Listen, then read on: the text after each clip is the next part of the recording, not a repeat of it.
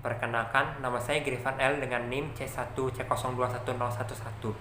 Selanjutnya, saya akan mempresentasikan materi saya yang berjudul Aspek Keperilakuan pada Pengakumulasian dan Pengendalian Biaya. Biaya dengan fungsi manajemen. Pengambilan keputusan manajemen dalam penentuan kebijakan jangka pendek maupun jangka panjang memerlukan informasi biaya yang didasarkan pada perilakunya. Informasi biaya yang sistematis dan komparatif, serta data biaya dan laba analitis dibutuhkan agar manajer dapat menetapkan target laba, menetapkan target departemental untuk manajemen tingkat menengah dan manajemen operasi, mengevaluasi efektivitas rencana, menunjukkan keberhasilan atau kegagalan tertentu, mengidentifikasi dan menentukan strategi, serta memutuskan perlunya penyesuaian dan perbaikan organisasi.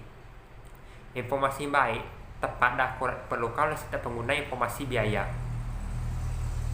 Pola perilaku biaya. Biaya berdasarkan hubungannya dengan perubahan volume kegiatan perusahaan dikenal dengan istilah perilaku biaya, dan terkadang dikenal juga dengan istilah variabilitas biaya. Biaya dapat digolongkan atas biaya tetap, variabel, dan semi variabel. Biaya tetap atau fixed cost adalah biaya-biaya pada limit tertentu kapasitas tertentu atau rate of capacity totalnya tetap, meskipun volume kegiatan perusahaan berubah-ubah.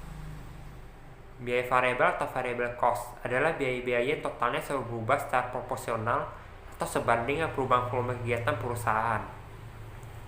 Biaya semi variable atau semi variable cost adalah biaya-biaya totalnya selalu berubah secara proporsional atau sebanding dengan perubahan volume kegiatan perusahaan.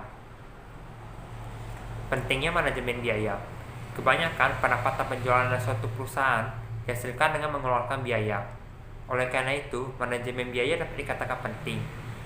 Anggaran biaya dan analisis biaya adalah salah satu cara mengendalikan dan mengatur biaya untuk memperbaiki laba bersih atau neto. Cara lain untuk memperbaiki laba bersih adalah mengurangi biaya, tanpa mempedulikan konsekuensinya. Tindakan ini mungkin tidaklah bijaksana. Barangkali cara yang paling baik adalah meninjau setiap biaya atau beban dan mengetahui kontribusinya terhadap laba bersih. Jika biaya iklan dianggap terlalu tinggi proporsinya terhadap laba bersih, sementara jika tidak beriklan juga akan menciptakan masalah, maka sebaiknya dilakukan pemotongan terhadap biaya iklan. Sistem biaya tradisional versus biaya standar. Tujuan penggunaan sistem akuntansi biaya. Tidak peduli apakah suatu organisasi memproduksi dan menjual produk atau memberikan jasa, organisasi tersebut perlu mengetahui biayanya. Data biaya harus diakumulasi untuk berbagai tujuan, baik eksternal maupun internal. Akuntansi biaya mengidentifikasi, menguantifikasi, mengakumulasikan, dan melaporkan berbagai elemen biaya berkaitan dengan produksi barang atau penyerahan jasa. Sistem biaya tradisional atau historis. Istilah tradisional atau historis mengacu pada sistem biaya yang membatasi masukan atau input pada biaya historis dan mengusahakan penyerapan penuh atas biaya tetap dan variabel dari unit produk atau jasa. Sistem ini fokus pada identifikasi dan akumulasi biaya per unit produk atau jasa. Sistem biaya standar. Ruang lingkup sistem biaya standar pada awalnya merupakan pencatatan biaya produksi berdasarkan standar. Unit-unit dari aliran persedia sepanjang akun persediaan atau dari barang dalam pengelolaan menjadi barang jadi dalam bentuk beban pokok penjualan. Tak ada biaya standar per unit. Kompabilitas dengan konsep teori organisasi modern. Teori modern adalah multidisiplin dengan sumbangan dari berbagai disiplin ilmu pengetahuan. Teori ini melihat semua unsur organisasi sebagai satu kesatuan dan saling ketergantungan, yang di dalamnya mengemukakan bahwa organisasi bukan satu sistem tertutup yang berkaitan dengan lingkungan yang stabil, tetapi organisasi merupakan sistem terbuka. Perhitungan biaya langsung atau biaya variabel. Filosofinya mendasari. Perhitungan biaya langsung atau biaya variabel membedakan antara biaya produksi atau bahan tiar langsung, tenaga kerja langsung, dan variabel overhead dengan biaya untuk siap menghasilkan atau overhead tetap atau biaya periode. Hanya biaya ditemukan oleh produksi atau penyerahan jasa ini saja atau biaya variabel yang diklasifikasikan sebagai biaya per unit produk atau jasa dan dikapitalisasi sampai barang tersebut terjual atau jasanya diserahkan. Dorong keperilakuan. Melalui badan berwenang, profesi akuntansi saat ini sedang menguji ulang konsep-konsep dasar, prinsip, dan praktek akuntansi dengan mempertimbangkan implikasi keperilakuan yang dianggap mungkin. Dalam proses pengujian ulang tersebut, pertanyaan-pertanyaan seperti yang ditanyakan adalah 1. Apa hal yang dimotivasi oleh konsep akuntansi? prinsip, atau praktek akuntansi untuk dilakukan oleh manajer berdasarkan kepentingan pribadi mereka egois. 2. Apakah tindakan yang dianggap mungkin ini mengaburkan kinerja manajerial, memberikan ilusi kinerja yang sebenarnya tidak ada, atau mengarah pada tindakan ekonomi yang buruk? Pengendalian biaya.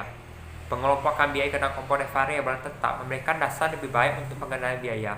Hal tersebut memungkinkan penyusunan pola barugi menggunakan margin kontribusi yang menekankan pada pola perilaku biaya dan memberikan range kepada manajemen mengenai biaya teknik, biaya yang berkomitmen, dan biaya diskresioner. Perbedaan ini penting karena bagi manajemen, karena setiap biaya memerlukan prosedur pengendalian berbeda. Biaya teknik meliputi biaya bahan baku langsung, biaya tenaga kerja langsung, dan biaya overhead variabel, seperti bahan bakar dan listrik. Biaya tetap berkomitmen atau biaya kapasitas adalah seluruh biaya organisasi dan pabrik yang terus terjadi, tanpa memodulikan tingkat aktivitas dan yang tidak dapat dikurangi, tanpa merugikan kompetensi organisasi untuk memenuhi tujuan jangka panjang. Biaya diskresioner atau juga disebut sebagai biaya terprogram adalah biaya yang muncul dari keputusan periode atau biasanya tahunan terkait jumlah maksimum yang akan dikeluarkan, dan biaya yang tidak memiliki hubungan optimum yang dapat ditunjukkan di antara input, atau yang diukur dengan biaya dan output, atau yang diukur dengan pendapatan atau tujuan lainnya. Pengambilan keputusan. Pengetahuan atas biaya diferensi atau biaya variabel serta margin kontribusi akan memengaruhi perilaku manajer dan mengarahkan mereka pada pengambilan keputusan lebih baik. Beberapa situasi mengambil keputusan umum akan dijelaskan berikut. 1. Keputusan bauran produk. Ketika dihadapkan pada keputusan mengenai bauran produk, manajer penjual yang mengetahui margin kontribusi dari produk-produknya akan jauh lebih mampu menentukan produk mana yang akan didorong dan di mana yang harus dikurangi atau ditolerir hanya karena penjualannya menguntungkan produk lain. 2. Penentuan harga produk baru. Produk baru umumnya diterima pasar hanya setelah diuji coba secara ekstensif oleh perusahaan yang memiliki reputasi dan industri tersebut. 3. Penetrasi pasar. Manajer dapat menggunakan biaya variabel sebagai dasar menentukan harga ketika mereka bermaksud memasuki pasar baru, misalnya pasar luar negeri, dengan produk yang sudah ada, atau ketika mereka terpaksa menghadapi pesaing yang semakin meningkat sama periode yang mana terdapat penurunan permintaan. 4. Penghapusan produk. Margin kontribusi akan membantu manajemen menentukan apakah akan menghentikan suatu produk atau hanya berhenti menjualnya di pasar tertentu. 5. Pesanan khusus. Perusahaan dihadapkan pada dua jenis situasi pesanan khusus. Situasi tersebut melibatkan akomodasi pelanggan istimewa atau persyaratan khusus terkait ukuran, metode pengiriman, atau pengemasan. 6. Kampanye iklan promosi. Untuk meningkatkan volume penjualan saat ini, perusahaan dapat memunculkan kampanye iklan promosi khusus. 7. Keputusan mengurangi biaya. Jika harga jual suatu perusahaan ditetapkan oleh pesaing, maka manajemen akan mengetahui seberapa besar biaya variabel yang diizinkan pada volume operasi saat ini. Jika tujuan mencapai tingkat laba tertentu harus dicapai. Aspek keperilakuan dalam akuntansi biaya yang dipilih. 1. Penetapan standar. Elemen paling berpengaruh dalam bentuk keberhasilan atau kegagalan sistem biaya adalah standar yang digunakan sebagai kriteria kinerja. Standar yang memiliki fungsi ganda, yang berfungsi mendorong pengendalian biaya dan sebagai alat evaluasi kinerja. Standar akan menghasilkan perilaku pekerja yang efisien hanya jika standar tersebut diterima sebagai aspirasi oleh individu terkait siapa standar pengendalian dan evaluasi kinerja tersebut dirancang. 2. Partisipasi dan penetapan standar. Pentingnya partisipasi dan penetapan standar setelah dibahas secara ekstensif dalam literatur akuntansi keperilakuan.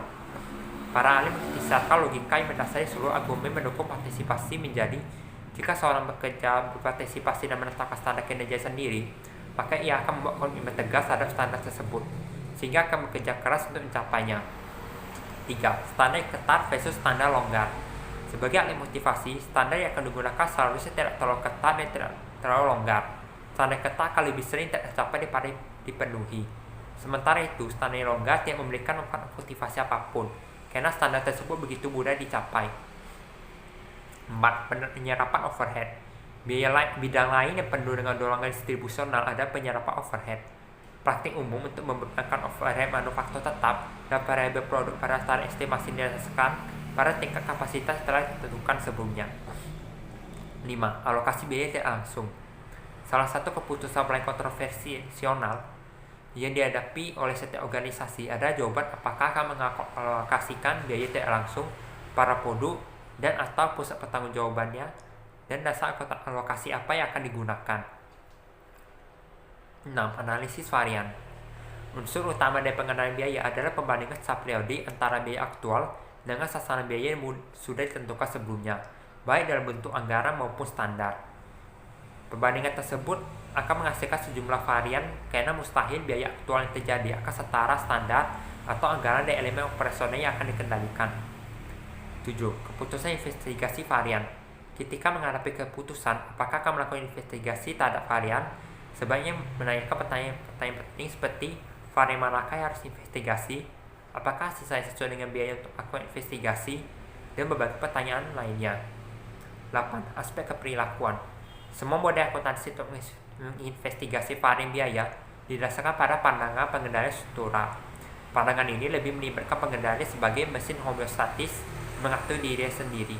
Komponen khusus dari kebijakan pengendalian yang dapat memengaruhi respon manusia adalah faktor-faktor seperti batasan yang ditetapkan oleh manajemen, jenis hasil umpan balik, ketatan pemaksaan, dan penghargaan serta sanksi terkait kebijakan pengendalian. Sekian presentasi dari saya. Terima kasih.